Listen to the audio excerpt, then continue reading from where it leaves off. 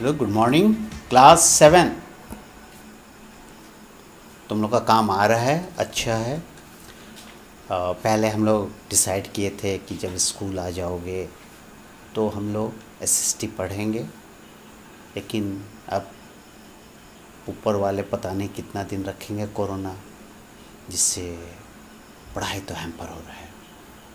और ठीक है, ऑनलाइन अभी कोई ऑप्शन नहीं है तो ऑनलाइन ऑप्शन है, ठीक है। लेकिन जैसे कोरोना ख़त्म होगा, सब भाग के दौड़ के जब स्कूल आओगे तो जितना चीज़ हम लोग किए रहेंगे इसको एक बार थोड़ा रिवाइज़ करेंगे और वहाँ हम लोग बात करेंगे।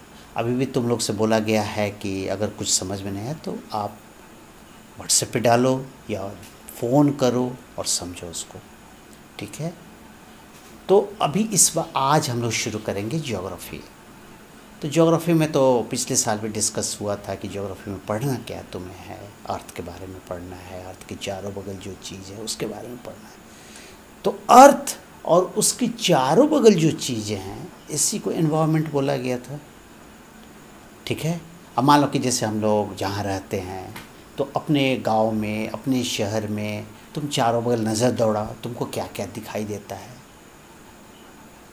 पेड़ दिखाई दिया, जानवर दिखाई दिया, दुकान दिखाई दिया, पोस्ट ऑफिस, रेलवे स्टेशन, लोग, सब चीज़ दिखाई देती है। वाटर है, डैम है, इलेक्ट्रिसिटी है, सब चीज़ दिखाई देता है। तब ये सारी चीज़ें जो है इसी को एनवायरनमेंट बोलते हो। और इस एनवायरनमेंट में मान लो कि जैसे तुम हो तो तुमको रोड पर का इफ़ेक्ट पड़ता है, बिजली का इफ़ेक्ट पड़ता है, पानी का इफ़ेक्ट पड़ता है, पढ़ाई का इफ़ेक्ट पड़ता है, मम्मी पापा का इफ़ेक्ट पड़ता है। और तुम भी मम्मी पापा पर इफ़ेक्ट डालते हो, रोड पर इफ़ेक्ट डालते हो, स्कूल पर इफ़ेक्ट डालते हो, खाना पर इफ़ेक्ट डालते हो। यानी एक दूसरे पर हम लोग अपना प्रभाव डालते हैं, ठीक है। और इसी प्रभाव के वजह से हम लोग जिंदा रहते हैं। तो इस सारे जो वातावरण है हम लोग प्रभावित करते हैं और वातावरण हमको प्रभावित करता है, एक एक चीज़, इसी को इंटरैक्शन बोलते हैं। तो आप जिस एनवायरनमेंट में रहते हैं आप लोग इंटरैक्शन, जैसे स्कूल एनवायरनमेंट है तो स्कूल में आओगे तो तुम्हारे जितनी चीज़ तुमको दिखाई दे स्कूल में, तुम्हारा क्लासरूम, तुम्हारा प्लेग्राउंड, तुम्हारा खेल, तुम्हारे फ्रेंड्स, तुम्हारे बुक्स, तुम्हारे टीचर्स, ठीक है, सारी चीज़ स्कूल एनवायरनमेंट में आ गए। क्लियर? घर में रहते हो, घर का एनवायरनमेंट रहता है, मम्मी है, पापा है, तुम लोग का बदमाशी है, सब चीज़ें उसमें। तो इसी को जिस एरिया में, एक पर्टिकुलर प्लेस में जो तुम हो और इंटरैक्शन करते हो, वो लिविंग थिंग्स भी हो सकता है और नॉन लिविंग थिंग्स भी हो सकता है, सब एक दूसरे पर प्रभाव डालते हो। क्लियर? तो इसी अपने एनवायरनमेंट में जो तुम इंटरैक्शन करते हो, इसी के बारे में तुम्हें फर्स्ट चैप्टर एनवायरनमेंट में पढ़ना है। क्लियर? अब जैसे तुम्हें बताया लिविंग थिंग्स, वो भी प्रभाव डालता है, एक है नॉन लिविंग थिंग्स, ठीक है। तो लिविंग थिंग के लिए एक और वर्ड तुम्हें आएगा, बायोटिक फैक्टर्स। जितना जिंदा चीज़ है जो तुम पर प्रभाव डाल रहा है, बायोटिक, ठीक है। बुक में आप स्पेलिंग देखोगे उसको। और जो नॉन लिविंग थिंग्स है उसका भी प्रभाव पड़ता है, उसको बोलते हैं ए बायोटिक फैक्टर। क्लियर? तो तुम्हारे बगल अगल में बायोटिक फैक्टर कौन है?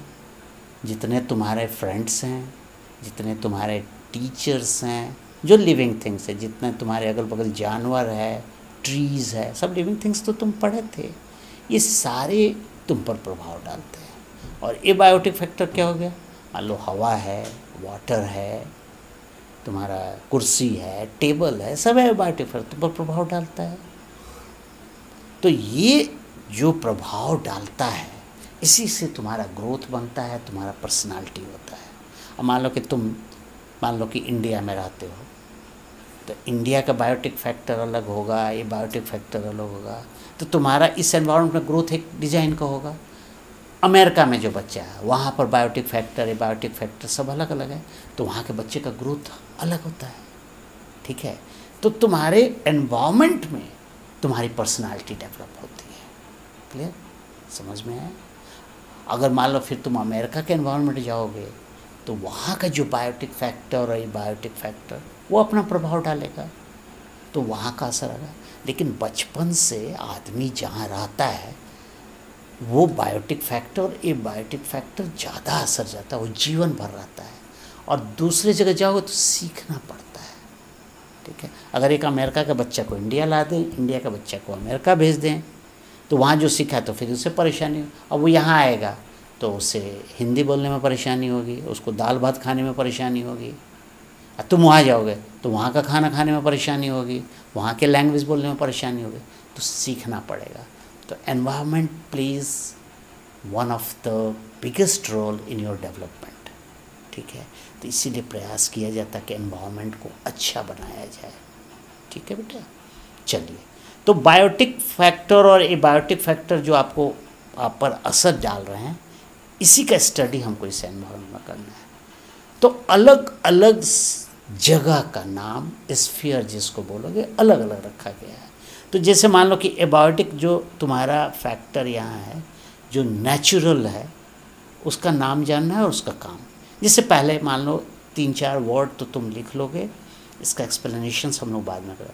एबायोटिक फैक्टर में तुम्हारा पेज नंबर 58 में तुम्हारे बुक में जो जो वर्ड्स हैं ब्लू में, इसको आप नोट करेंगे, बस सिर्फ उसको नोट कर लोगे। ठीक है, बायोटिक फैक्टर में जो जो वर्ड्स है ये नोट करोगे। क्लियर, समझ में आया? बस सिर्फ वर्ड नोट करना है, आगे उस पर एक्सप्लेन करेंगे। क्लियर, एक वर्ड बहुत इंपॉर्टेंट वर्ड आ रहा है पेज नंबर 60 में, आप सिर्फ नोट कर लोगे, सस्टेनेबल डेवलपमेंट। बहुत इंपॉर्टेंट वर्ड है। ठीक है, क्लियर, इसको नोट करोगे और इस पर मैं नेक्स्ट मीटिंग में एक एक चीज़ को एक्सप्लेन करूँगा। ठीक है, दूसरा वर्ड इन यूज़ में जो 4 वर्ड्स हैं, इसको आप एनवायरनमेंट सबको पता है। एक वर्ड आएगा बहुत इम्पोर्टेंट है, इकोसिस्टम, और जो मीनिंग दिया है बस सिर्फ उसको पढ़ लेना, क्योंकि उसको एक्सप्लेनेशंस देना होगा विद एग्जाम्पल्स, तब समझ में आएगा। दूसरा एक वर्ड है बायोम, आप इसे नोट करेंगे।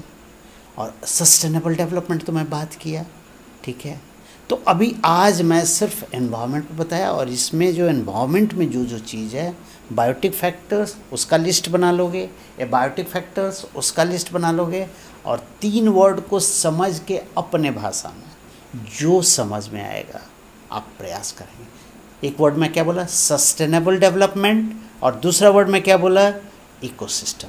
अपने भाषा में बेटा, गलत सही लिखना है।